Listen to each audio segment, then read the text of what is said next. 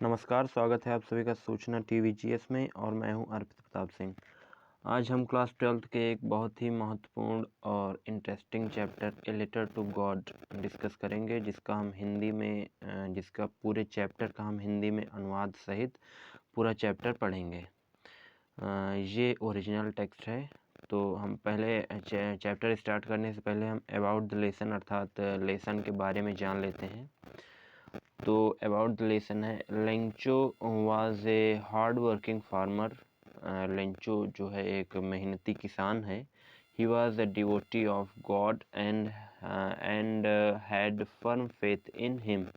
वह भगवान का दृढ़ निश्चयी भक्त है और भगवान में उसका अटल विश्वास है। 1 year his harvest was destroyed. एक साल उसकी फसल जो थी बर्बाद हो गई। So he wrote a letter to God asking for money. तो इसलिए लेंचो ने एक लेटर लिखा भगवान को और उससे पैसे मांगे। The post master saw the letter address to God and wondered. जब पोस्ट मास्टर ने अर्थात डाकिये ने जब उस लेटर में गॉड का एड्रेस देखा तो वह वंडर्ड मतलब ही वंडर्ड अर्थात वह आश्चर्यचकित रह गया। Yet he helped Lencho by sending him some money। लेकिन फिर भी उसने कुछ पैसे भेज कर लेंचो की मदद करनी चाहिए। He received a letter in the post office। Lencho ने लेटर पोस्ट ऑफिस से रिसीव्ड किया। But he was angry to find the money short। लेकिन कम पैसे पाकर वह गुस्से में आ गया। He wrote another letter to God and asked him to send the rest of money direct to him. और इसने भगवान को दूसरा पत्र लिखा और बचे हुए पैसे डायरेक्ट उसके पास भेजने को कहा। According to him the post office employees were a bunch of crooks. Lencho के अनुसार पोस्ट ऑफिस के जो एम्प्लॉयज थे, कर्मचारी थे, वह बंच ऑफ क्रूक्स मतलब कि बेईमानों का एक समूह है, पोस्ट ऑफिस के एम्प्लॉयज। अब चैप्टर शुरू होता है। The house the only one in the entire valley. जो हाउस था लेंचो का वह पूरी वैली अर्थात घाटी में, संपूर्ण घाटी में केवल एक ही घर था लेंचो का। Set on the crest of a low hill. एक कम ऊंची पहाड़ी की चोटी पर बैठकर बैठा था Lencho. From his height one could see the river and the field of ripe corn। उसकी वो जो कम ऊंचाई वाली पहाड़ी थी उसकी चोटी पर बैठकर कोई भी रिवर को अर्थात नदी को और फील्ड ऑफ रिप कॉर्न पके हुए मक्के की खेती अर्थात मक्के की फसल डिवोटेड विद द फ्लावर्स जो कि डॉटेड विद द फ्लावर्स जो कि जिसमें मक्के के जो पेड़ थे उसमें फूल भी निकल आए थे और वो डॉटेड छितरी हुई खेती या फैली हुई खेती थी। That always promised a good harvest जो कि हमेशा एक अच्छी फसल को दर्शाती थी। The only thing the earth needed was a downpour और एट लास्ट ए शॉवर। केवल एक ही कमी थी कि धरती सूख रही थी अर्थात धरती एक भारी वर्षा मांग रही थी, अन्यथा भारी वर्षा नहीं तो एट लीस्ट अ शॉवर मतलब हल्की फुल्की वर्षा धरती मांग रही थी। Throughout the morning, Lencho, who knew his fields intimately, throughout the morning, Lencho, सुबह से who knew his fields intimately, जो कि अपने खेत को अच्छे से जानता था, had done nothing else, उसने सुबह से कुछ नहीं किया else but see the sky toward the north east। सुबह से कुछ नहीं किया, केवल नॉर्थ ईस्ट की उत्तर पूर्व की दिशा में केवल देख रहा था। कौन? लेंचो। अगला पैराग्राफ है now we are really going to get some water women. अब यहाँ पर एक कन्वर्सेशन है। लेंचो कहता है now we are really going to get some water women. Lencho अपनी पत्नी से कहता है कि अब हमें शायद कुछ जल प्राप्त होगा। The women who was preparing supper replied yes God willing. Women जो कि सपर अर्थात रात का भोजन तैयार कर रही थी, रात का भोजन बना रही थी, उसने रिप्लाई किया यस गॉड विलिंग, शायद भगवान की यही इच्छा है। The older boys were working in the field while the smaller one were playing near the house. Lencho का जो ओल्डर बॉय अर्थात बड़ा वाला बच्चा था were working in the field, बड़ा वाला लड़का खेत में काम कर रहा था। while the smaller one were playing near the house, जबकि छोटा वाला घर के पास खेल रहा था। until the woman called to them all, और वो तब तक खेलता रहा जब तक कि उसे उस औरत ने अर्थात लेंचू की पत्नी ने कॉल्ड टू देम ऑल, उन सबको कॉल्ड टू देम ऑल, उन सबको कम फॉर डिनर, भोजन करने के लिए नहीं बुला लिया। आगे है it was during the meal that, यह भोजन का समय चल रहा था। Just as Lencho had predicted, जैसा कि लेंचो ने प्रेडिक्ट मतलब भविष्यवाणी की थी। Big drop of rain began to fall, वर्षा की बड़ी बड़ी बूंदें गिरने लगी। In the north east huge mountain of clouds could be seen approaching. In the north east में अर्थात उत्तर पूर्व में ह्यूग माउंटेन्स ऑफ क्लाउड्स अर्थात बादलों के बड़े बड़े पहाड़ जैसे दिखने लगे। बी सीन अप्रोचिंग मतलब कि दिखाई देने लगे।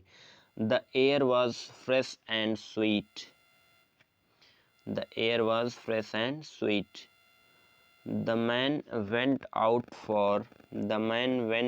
for no other reason than to have the pleasure of feeling the rain on his body, and when he turned he exclaimed, the man अर्थात लेंचो went out, बाहर गया, for no other reason, किसी अन्य कारण से नहीं, than to have the pleasure of feeling, वह केवल उस आनंद को महसूस करने के लिए गया। The rain on his body, अपने शरीर पर वर्षा की बूंदों के गिरने से उत्पन्न आनंद को महसूस करने के लिए बाहर गया। And when he return he exclaimed, जब वह मुड़ा तो उसने कहा, these are not rain drops falling from the sky, they are new coins. Lencho ने कहा कि यह जो rain drops falling from the sky, ये जो वर्षा की बूंदें आकाश से गिर रही हैं, दे आर न्यू कॉइन्स, ये नए सिक्के हैं। The big drop are 10 cents, जो बड़ी बूंदें हैं वह 10 के सिक्के हैं। 10 सेंट पीसेस 10 के सिक्के हैं। And the little ones are 5, और जो छोटे हैं वो 5 के सिक्के हैं। अगला पैराग्राफ है, with a satisfied expression he regarded the field of ripe corn with its flower. With satisfied expression, एक सेटिस्फाइड अर्थात कि संतुष्टि, एक्सप्रेशन संतुष्टि भरे एक्सप्रेशन से he regarded the field of ripe corn, उसने रिप कॉर्न अर्थात कि पके हुए मक्के की फसल को देखा। विद इट्स फ्लावर, क्या देखा कि अपने फूलों सहित मक्के की फसल draped in a curtain of rain, वो ड्रैप्ड लिपटी हुई है, कर्टेन ऑफ रेन मतलब कि वर्षा की बूंदों के जल में वो लिपटी हुई है। कौन? मक्के की, पकी हुई मक्के की फसल। But suddenly a strong wind began to blow, लेकिन suddenly a strong wind began to blow, मतलब कि एक तेज हवा अचानक से बहने लगी। And along with the rain very large hailstone began to fall, और वर्षा के साथ बड़े बड़े हेलस्टोन अर्थात ओले भी गिरने लगे। These truly did resemble new silver coins, अब यह वास्तव में नए चांदी के सिक्कों के समान थे। The boys exposing लड़के ने चिल्लाया या कहा, themselves to the rain, वर्षा में कहा, ran out to collect the frozen pearls, और बाहर की ओर भागा। क्यों भागा? To collect the frozen pearls, frozen अर्थात जमी हुई, पर्ल अर्थात मोती के समान जमी हुई उन बर्फ के ओलों को कलेक्ट करने के लिए बाहर की ओर लड़का चिल्लाते हुए भागा। It is really getting bad now, अब यह वास्तव में बुरा होने लगा था। एक्सक्लेम्ड द मैन, अर्थात लेंचो ने कहा। I hope it's pass quickly, Lencho ने कहा, मुझे आशा है कि यह जल्दी ही बीत जाएगा, अर्थात जल्दी ही समाप्त हो जाएगा। It did not past quickly, यह जल्दी नहीं बीता, अर्थात यह जल्दी से शांत नहीं हुआ। For an hour the hell rained on the house, for an hour यानी कि 1 घंटे तक, the hell rained on the house, घर के ऊपर हेल्स अर्थात ओले गिरते रहे। द गार्डन में गिरते रहे। द हिल साइड, पहाड़ी की तरफ गिरते रहे। द कॉर्न फील्ड, और मक्के की फसल पर भी गिरते रहे। ऑन द होल वैली, और सारी घाटी पर अर्थात संपूर्ण घाटी पर 1 घंटे तक ओले गिरते रहे। द फील्ड वॉज वाइट, सारे खेत सफ़ेद हो गए थे। As if covered with the salt, जैसे यह नमक से ढक दिए गए हों, इस तरह पूरे खेत सारे सफ़ेद हो गए थे। Not a leaf remained on the tree, वृक्षों पर एक भी पत्ती नहीं बची थी। The corn was totally destroyed, सारी फसल बर्बाद हो गई थी।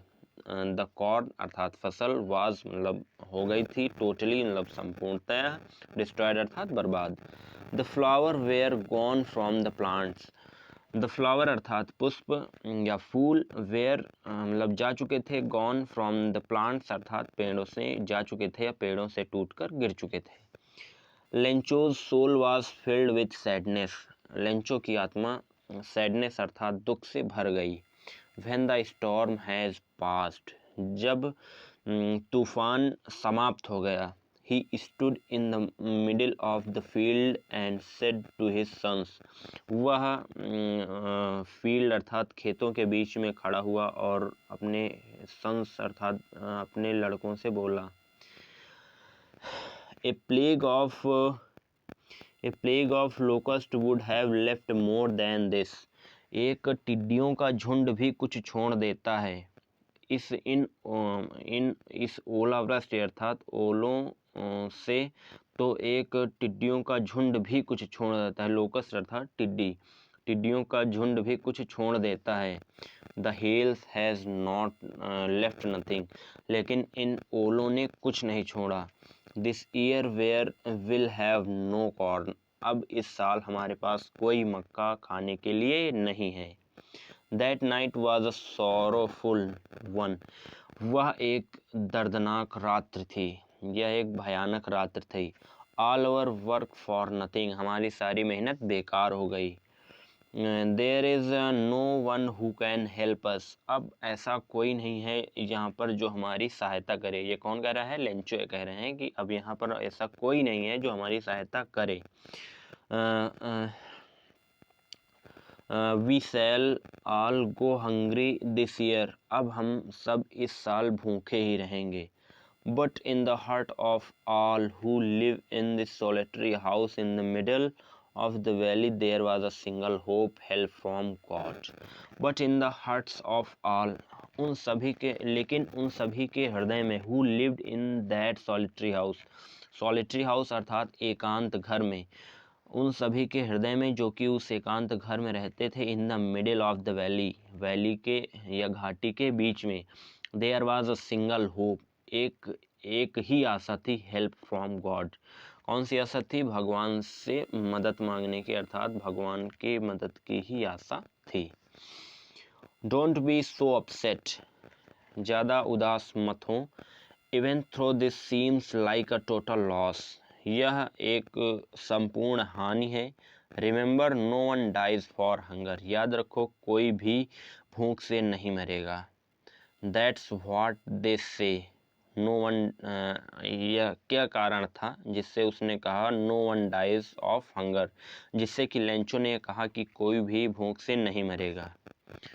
All through the night, Lencho thought only of his one hope, the help of God. सारी रात लेंचो केवल एक ही आशा के विषय में सोचता रहा। किसके विषय में? हेल्प ऑफ गॉड, भगवान की मदद के बारे में। Whose eyes as he had been instructed, उसकी नज़रें भी इंस्ट्रक्टेड, आदेश दे रही थी या निर्देशित कर रही थी, सी एवरीथिंग, सबको देखने की, even that he was deep in one's conscience, लेकिन एक चीज़ नहीं देख पा रही थी कि उसकी अंतरात्मा में क्या है। कॉन्सेंस यानी कि अंतरात्मा। Lencho was an ox of a man, Lencho जो था वह मनुष्य के रूप में एक बैल था, अर्थात वह बहुत ही परिश्रमी था। Working like an animal in the field, वह जानवरों की तरह खेतों में मेहनत करता था। But still he know how to write, लेकिन वह लिखना जानता था, अर्थात वह पशुओं की तरह खेत में मेहनत करता था। वह बहुत ही मेहनती किसान था, लेकिन फिर भी वह लिखना पढ़ना जानता था। The following Sunday at daybreak, he began to write a letter. Which he himself would carry to town and place in the mail. अगले ही संडे अर्थात अगले संडे एट डेब्रेक अर्थात लंच के समय पर he began to write a letter, उसने एक पत्र लिखना स्टार्ट किया, which he himself would carry, जिसे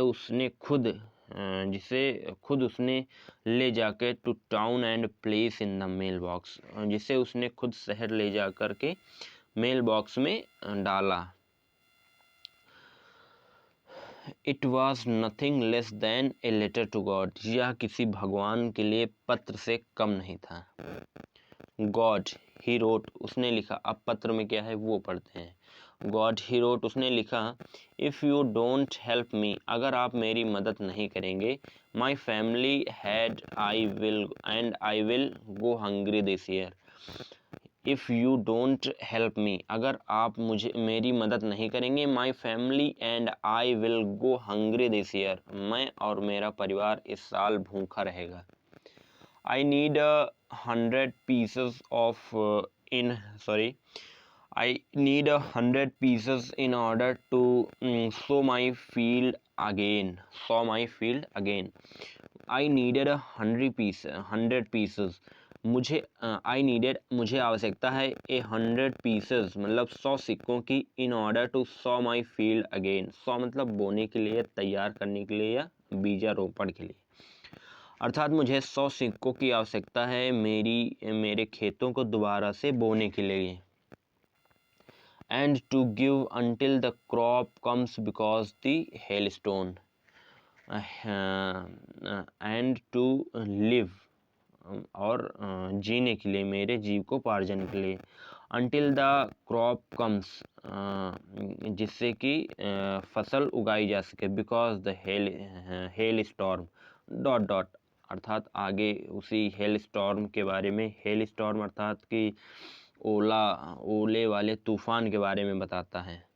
ही रोट टू गॉड मतलब भगवान के लिए, टू गॉड अर्थात भगवान के लिए। ऑन द एनवलप अर्थात लिफाफे में उसने क्या लिखा? टू गॉड अर्थात भगवान के लिए। Put the letter inside and still troubled, put the letter inside अर्थात मेल बॉक्स के अंदर डाल दिया। स्टिल ट्रबल्ड लेकिन फिर भी अभी परेशान था। वेंट टू टाउन अपने शहर गया। एट द पोस्ट ऑफिस में ही प्लेस्ड स्टाम्प अर्थात वो ट्रबल्ड मतलब परेशान था। वेंट टू टाउन शहर गया। एट द पोस्ट ऑफिस में गया। ही प्लेस्ड स्टाम्प एक स्टाम्प उसने लिया और उस पे लिफाफे में अर्थात उस लेटर में ऊपर इन्वलप में चिपकाया। On the letter and dropped it into the mail box, और मेल बॉक्स में उसे डाल दिया। अब आगे देखिए। वन ऑफ द एम्प्लॉयज़ अर्थात कर्मचारी, वन ऑफ द एम्प्लॉयज़ अर्थात उस डाक खाने के कर्मचारियों में से एक, who was a postman and also helped at the post office, जो कि पोस्टमैन अर्थात डाकिया तो था ही लेकिन also helped at the post office, लेकिन पोस्ट ऑफिस में भी कुछ कार्यों में मदद करता था. Went to his boss laughing heartily and showed him. Went to his boss, अपने बॉस के पास गया, लॉफिंग हर्टली, जोर जोर से ठहाके मारते हुए हंसता हुआ, एंड सोड हिम, और उसे दिखाया, किसको, अपने बॉस को, उस एम्प्लॉय ने, उस कर्मचारी ने दिखाया, showed him the letter to God, भगवान के लिए पत्र. नेवर इन हिज कैरियर, उसने अपने कैरियर अर्थात पूरे जीवन काल में एज अ पोस्ट मास्टर, एक पोस्टमैन के नाते उसने अपने जीवन में had he know that address, उसने कभी ऐसा उसने एड्रेस कभी नहीं देखा था. द पोस्टमास्टर कहता है, पोस्टमास्टर जो था, ए फैट एमिएबल फेलो, जो पोस्ट मास्टर था एक फैट थोड़ा सा मोटा हुआ, एमिएबल फेलो अर्थात कि एमिएबल अर्थात मित्रतापूर्ण व्यवहार करने वाला, फेलो अर्थात सहकर्मी था. Also broke out laughing, broke out अर्थात बंद किया या तोड़ा, लाफिंग मतलब हंसना बंद किया. But most immediately he turned serious, also मतलब कि जल्दी ही उसने हंसना बंद किया, और इमीडिएटली अर्थात जल्दी ही टर्न्ड सीरियस, वह सीरियस हो गया अर्थात गंभीरता से उस पत्र को पढ़ने लगा, अर्थात गंभीरता से उसकी बात को लिया. And tapped the later on his desk, commented, अर्थात उस लेटर को अपनी डेस्क पर रखा और कमेंट किया, अर्थात उस पर टिप्पणी करते हुए बोला, व्हाट फेथ, क्या भरोसा है, क्या विश्वास है. I wish I had the faith of the man who wrote this letter. I wish, मुझे लगता है, I had the faith of the man, मैं उस इंसान, उस आदमी का भरोसा हूँ, हु रोड दिस लेटर, जिसने यह पत्र लिखा. Starting up A correspondence with God, starting कर रहा है, अप ए मतलब जो करेस्पॉन्डेंस अर्थात पत्राचार, जो कि भगवान से पत्राचार स्थापित करने का प्रयास कर रहा है.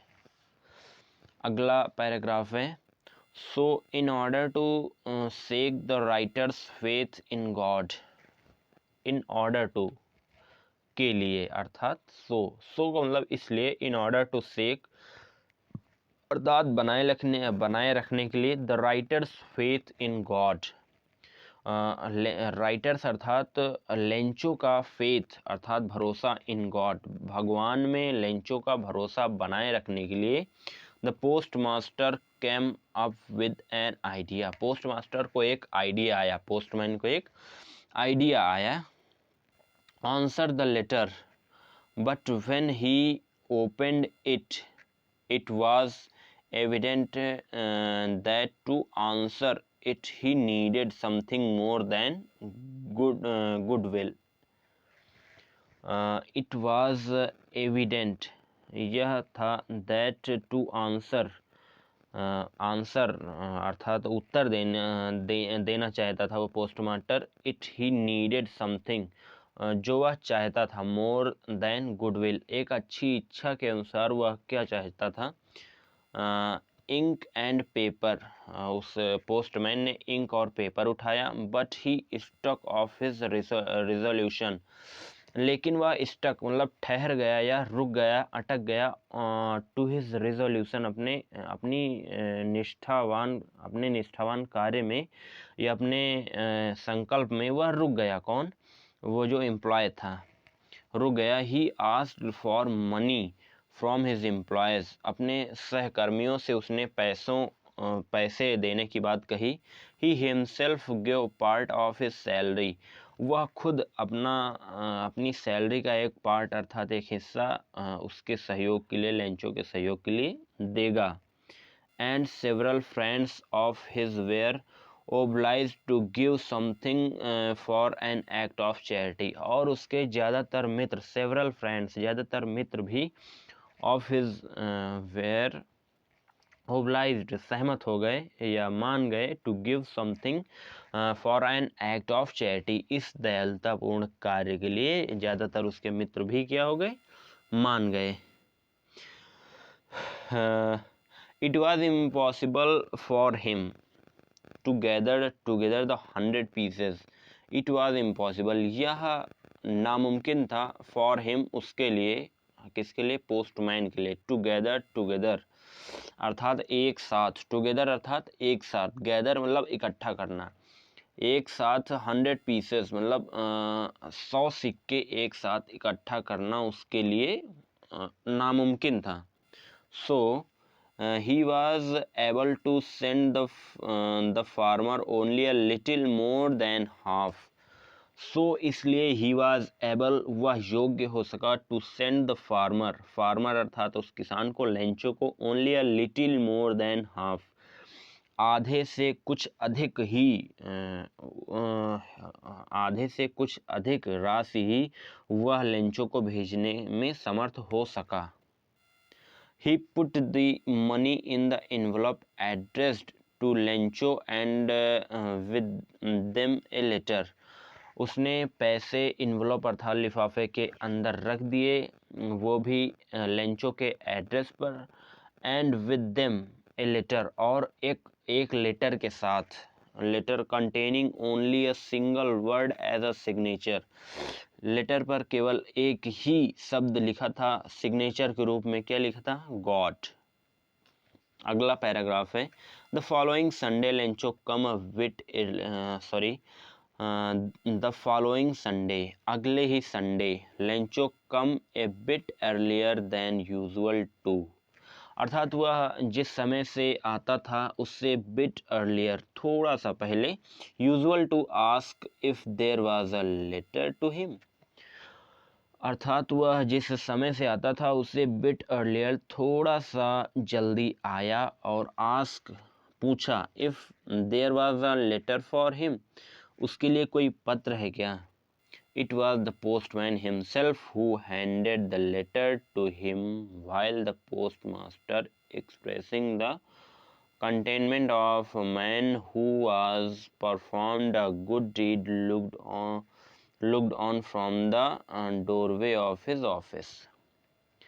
It was the postman, वह पोस्टमैन था, himself, वह पोस्टमैन खुद था, who handed the letter, जिसने लेंचो के हाथ में लेटर दिया, to him, उसे अर्थात लेंचो को, while the postmaster, जब पोस्टमास्टर, experiencing अनुभव कर रहा था, the contentment of the man, उस आदमी की दशा को, who has performed a good deed, जो कि एक अच्छा कार्य कर रहा था, looked on from the doorway of his office, वह आदमी किस ओर देख रहा था, अपने ऑफिस के डोरवे की ओर देख रहा था।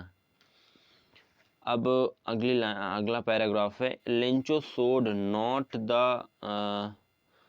साइटेस्ट surprise, Lencho showed not the slightest surprise, मतलब लेंचो ने कोई आश्चर्य नहीं जताया, ऑन सीइंग द मनी, पैसा देखकर लेंचो ने कोई आश्चर्य नहीं जताया, सच वाज हिज कॉन्फिडेंस, शायद यह उसका भरोसा, कॉन्फिडेंस अर्थात विश्वास था, आत्मविश्वास था। But he become angry when he counted the money, लेकिन जब उसने पैसे गिने तो वह गुस्सा गया, बिकम एंग्री अर्थात गुस्से में आ गया। God could not have made a mistake, भगवान से गलती नहीं हो सकती, nor could he have denied, और ना ही वह डिनाइड अर्थात इनकार कर सकता है, Lencho what he had requested, Lencho what he had requested, Lencho ने कहा कि God could not have made a mistake, God गलती नहीं कर सकता, nor could he have denied, और ना ही वह इनकार कर सकता है जो लेंचो ने रिक्वेस्ट की थी। फिर हो क्या सकता है, आगे देखिए। Immediately Lencho went up to the window to ask the paper and ink. Immediately वह तुरंत ही Lencho went up to the window की तरफ गया to ask for paper and ink, paper और इंक मांगी। On the public writing table अर्थात कि जहाँ पर लोग मतलब जहाँ पर सामान्य लोग लिखते थे। He started to write with much, वह जल्दी से लिखना स्टार्ट करता है। Wrinkling of his brow, wrinkling मतलब तनीने हुए या कसे हुए या भौहें चढ़ाए हुए। ब्रो का मतलब है भौहें चढ़ाए, व्रिंकलिंग ऑफ हिज ब्रो अपनी भौहें चढ़ाए हुए। caused by the effort he had to make to express, मतलब वह एक्सप्रेस करना चाहता था या दिखाना चाहता था अपनी भौहों को चढ़ा करके वह दिखाना चाहता था। क्या दिखाना चाहता था? अपने गुस्से को दिखाना चाहता था। आगे देखिए, हिज आइडियाज़, अपने विचारों को दिखाना चाहता था। कैसे दिखाना चाहता था? अपनी भौहों को चढ़ाकर। When he finished, he went to the window to buy a stamp. जब finished मतलब अर्थात जब वह पत्र उसने पूरा कर लिया, he went to the window to buy a stamp. एक स्टाम्प खरीदने के लिए वह विंडो पर गया। which he licked to then affixed to the envelope, जिसे उसने लिक्ड अर्थात चिपका दिया, एफिक्स्ड अर्थात स्थिर करने के लिए अर्थात चिपका दिया उसे, इनवलप अर्थात उस लिफाफे में चिपका दिया।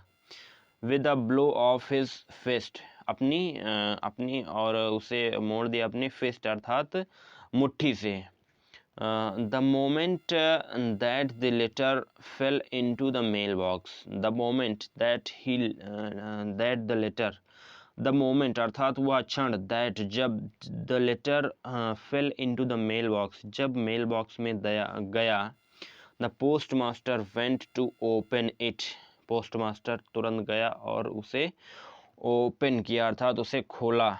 इट सेड, वह क्या कह रहा था? अर्थात लेंचो क्या कह रहा था? अर्थात लेंचो ने जो पत्र में लिखा था वो क्या था?